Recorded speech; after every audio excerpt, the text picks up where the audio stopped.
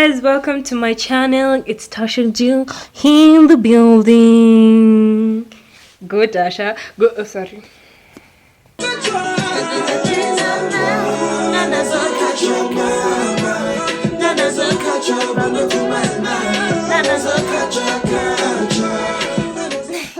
Hey, what's up?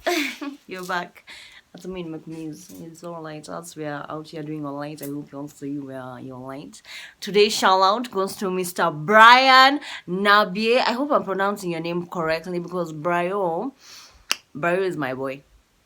Me, I've decided, by the way. Let's not talk too much. You know what I'm saying? You've read the title of the video. 5 signs that you are Kenyan. Let's start right now. We go. Yeah. Cool. Wow. Aki, we are derailers. Jesus. No. What? Wow. This one, Kwanzaa, let me just tell you, it touches another part of my heart.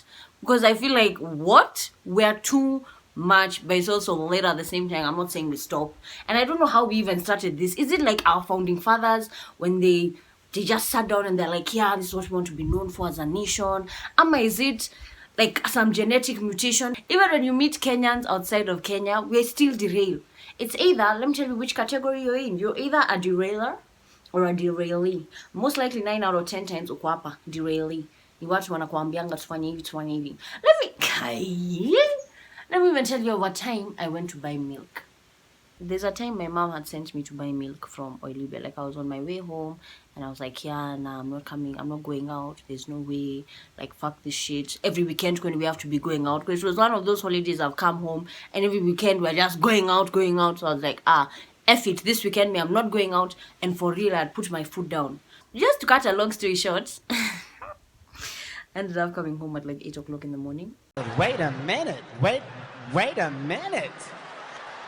Wait, first of all, you're not going to speed past that like you didn't just say what you just said. And even when I came home, I came home and I, as well, I was in shock. Yani, ulikuwa unaenda kununua maziwa na sahi ndio unaona ijua. Alright. You know it's bad because when you meet people like on a Friday evening, like around 7, 8. That's what you're doing after this. We go this is what's happening there. Let's go do this, let's go do that. Wow, there's a booty in the car. You want to chop us some short? What the heck? Hi. There we need to clap for ourselves. We need to. Apple, we've taken all the trophies. We're winning. #winning. Honestly, we derail in the smallest thing. Like you can be going to your friend's house even to pick a blow dryer. Next thing you know, you're like, where did this booty come from? Who brought it? Where? Okay. Am I drunk?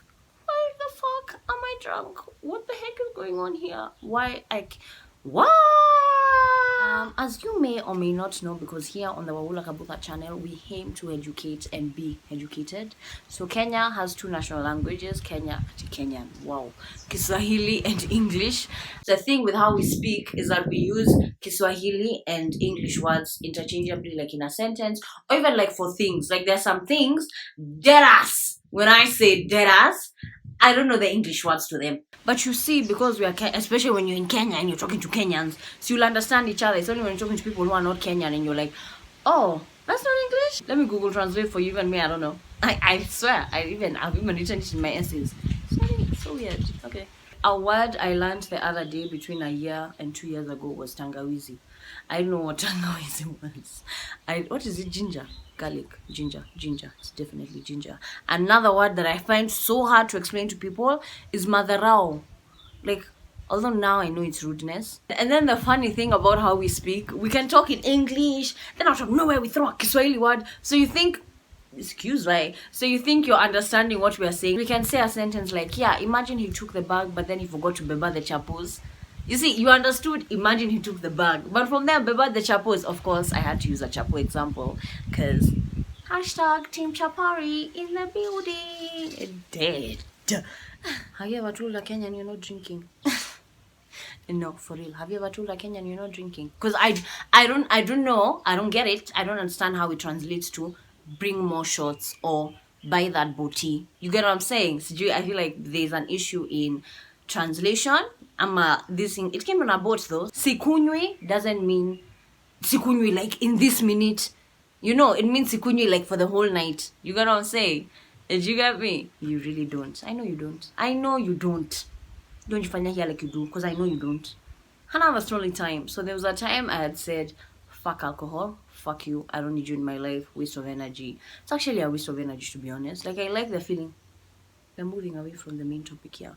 So I'd said fuck alcohol because, you know, when you're in that age of, like, we were legal, like my friends and I finally were like legal and we could legally drink. The key word here is legally. I personally feel like we overdid it. So after I finished my IB exam and a lot of other schools also had finished like their A-levels, it was tradition to go to Mombasa. For 10 days, we have paid for our hotel, your full boards. I think it was, I don't know what we had paid for, but I know we could have cocktails, like cocktails on the house. So every day, all we used to drink was dawa. I've rambled because I'm yet to reach the point of where I was going. So this is day 5, day 6, and I was honestly getting tired of all that we do is drinking. Like, as much as before we went on holiday, it seemed like that was paradise. In the moment, halfway through that trip, I was tired. I said, this is too much. I even wanted my parents to come for me. I was like, listen, I want to change the date of my flight. I really want to go home because it was just overwhelming. The good thing is also my friends felt the same thing, so we just chilled and we're like, yeah, we're not drinking. But it didn't last too long because by the evening you want to turn up, just vibes, you know those things of, yeah, I'm not gonna drink today, and then yeah, just the same, yeah, it happens.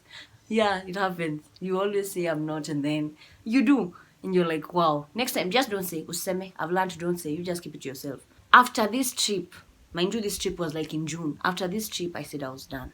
So July, when we used to go out, I was like, nah, I'm not drinking. Sikunywi.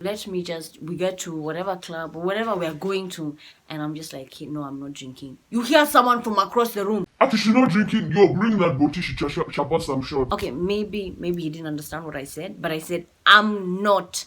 See, not makes no bloody sense. Let's move on swiftly. Nah. You have to. Nah. And people would dead us get pissed off. Let me tell you what I do. And one time I was caught. Shit. But let me tell you what I'll do as we're chapping the shots. When you chapa shots, now I'm not telling everyone to start looking at me. Since I'm out here exposing myself what I used to do, I'm sure next time I chapa a shot with someone, they'll be looking. Now if I'm drinking, I'm drinking. If I'm not drinking, I'm not drinking. I can't be having the same issues I used to have in high school now. Surely. A home joint. I remember when people were there, you know, when they put for you the shots on the table and then everyone takes their shot or whatever it's passed on, and then we do that cheers thing, and when everyone was doing this, may just do shwa, and then when everyone does this, I'm like, time it's only my own saliva that's been in my mouth. You know what I'm saying? Hakuna kitu huko ndani. You know that song? It's never the right time to say goodbye. Cause you know I gotta go our separate ways. That one. That's our motto. Because we don't know how to say bye. This one I feel like we can all relate as a community. Let me create for you the scene. You have gone to visit an auntie, uncle, neighbor's brother, sister, wherever it is. Then your parents call you downstairs and they're like, we're leaving. So you being the obedient child, you get up, you say bye to your two friends, the ones who you are chilling with, watching TV. They're like, okay, bye, thanks, and So you go downstairs to where they are. You start wearing your shoes because you're preparing to leave. See, now you've worn your shoes and now you're waiting.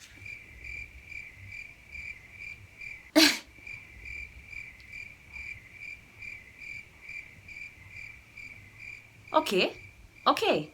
Maybe what happened as your mom was leaving, she started like a story, so now they're about to finish, obviously. Because she called you to say bye. There's no way she'd call you to say bye and not say bye. You get it? And stand there 15 minutes, you're like, hey, this story is long, but alright. 30 minutes, you're like, I even put on my shoes. And now you're going back into the house because clearly we've not left and we're just standing here. You just hear someone. Where are you going? You said we're going home. You said, why would you say we're going home if we're not going home? Why would you do that? Obviously, you don't say that out loud. It's not like you're out here trying to die. You get what I'm saying? Long story short, you end up leaving at about 2 a.m. and it's like, why did you guys call me at 11? You know what I'm saying? Okay, I think we just cracked the industry code. You know what I'm just thought? Nimefikiria that maybe they didn't check at 11 when they said we're leaving because they're also being derailed. Mind blowing. Damn. Shit. Alright. Okay. Fair enough. I get it now. I get it. There's nowadays, I don't check until like I hear the engine of the car starting. I've seen everyone has put on their shoes and entered the car. Because still, after you put on your shoes, you know, people really assume. I don't know why we can't just say, Yani, bye. It has to be bye. You know, even that. I forgot to. Then you wear your shoes. Then you get to the car. You know, there's a time. I slept in the car as we were in the compound because of how this conversation could not finish. We couldn't say bye. To be quite genuine, this also happens with one of my really crows. Hey, crows. What is happening? Yeah, it's because I'm speaking a lot of Kikuyu and Swahili lately. I don't mind forgetting English, whatever. This happens with one of like my really close friends, one of my best friends actually, Jerry. We really struggle to say bye to each other. There's a time we were in Parklands, we had gone for cocktails. Cocktails finished at 9. Even all my friends had left by like 9:30. So Jerry and I were the only ones in the parking lot of this establishment. Because we hadn't had time to talk, just the two of us. We're just there sitting and talking. And I was like, okay, we can just talk for like an hour. Mind you, it's 9 o'clock. At around 9:30, my mom had called and I was like, yeah, we're even finished. I should be coming home like soon. We sat in that parking lot until like 12, just chatting and talking. Then we'd say bye. She'd open the door, say bye. Then she shuts the door. She's like, even this. Comes back, we talk again. By the time I was going home, I was like, I'm sure my mom probably thinks I'm lying because even it seems very unrealistic. You said you're done, it's 9. You've been sitting in the parking lot until 12. But for real, we were just sitting in that parking lot until past midnight, just talking. Comment down below if you've had such a moment. I'm sure you've had. See, me peke yangu we. Msidanganye, we're all one. Kenyans unite.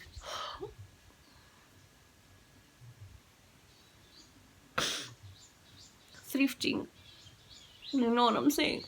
This is something that makes me so happy. For all of you who've been in Gikomba, kama umekuwa Ngala, kama umekuwa Letwa, you know it's called Letwa, Atitoy. Letwa, what the... Who the heck? First of all, we're the French. All those who've been to Gikomba, Ngara, or Letwa.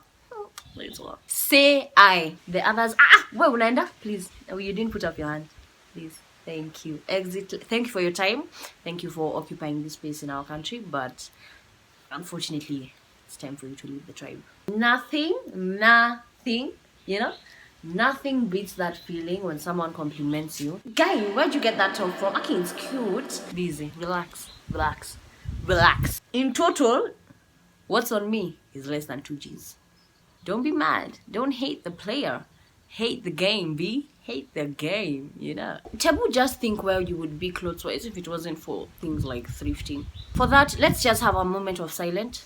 Anyway, thank you so much for watching this video. I appreciate that you actually saw this video and then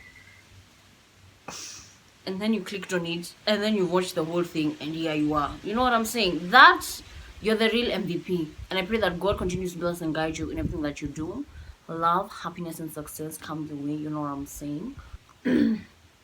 Hint, as usual, for a more intimate relationship with me, you can follow me on my social medias at on Instagram and on Twitter. Thanks for your time. Bye. Hella intimate. Cool. Bye.